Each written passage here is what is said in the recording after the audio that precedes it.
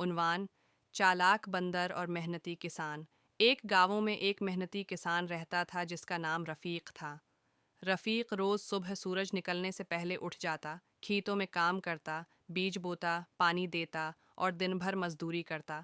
इसके खेत सरसब्ज और शादाब थे, लेकिन उसका एक मसला था, एक शरीर बंदर।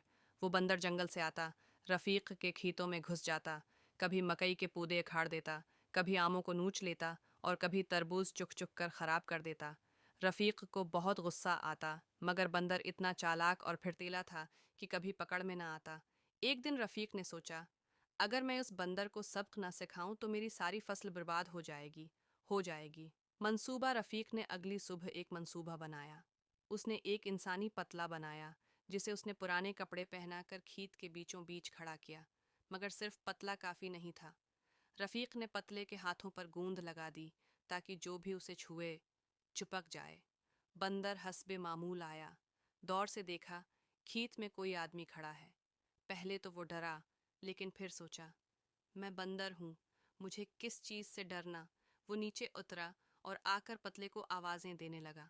आओ इंसान, तो यहाँ क्या कर रहा है? क्या मेरी खेती को बचाने आया है? जवाब दे। पतले ने कोई जवाब न दिया। बंदर को गुस्सा आया। उसने कहा, जवाब नहीं दे रहे, ये ले थप्पड़।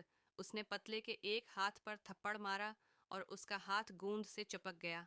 आवा, अच्छा ये ले दूसरा थप्पड़। अब दूसरा हाथ भी चिपक गया। चलो अब एक लात। लात मारी, पाँव भी चिपक गया। मैं तुझे सर से मारता हूँ। सिर मारा और अब पूरा बंदर चिपक गया। अंजाम: सुबह हुई तो रफ़ीक आया। इसने बंदर को चिपका हुआ देखा तो हंस पड़ा। अब आया ना काबू में, शरीर बंदर। बंदर ने रफ़ीक से मुआफ़ी मांगी। ए रफ़ीक भाई, मुझे छोड़ दो। मैं वादा करता हूँ कि कभी तुम्हारी फसल को नुकसान नहीं पहुँचाऊँगा।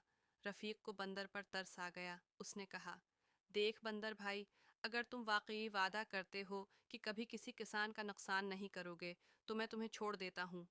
बंदर ने वादा किया और रफ़ीक ने उसे छोड़ दिया। सबक: ये कहानी हमें सिखाती है कि शरारत का इंजाम बुरा होता है और मेहनत करने वालों की कदर करनी चाहिए। साथ ही माफ़ी मांगने और दूसरों को माफ़ करने का जज्बा भी बहुत अहम होता है।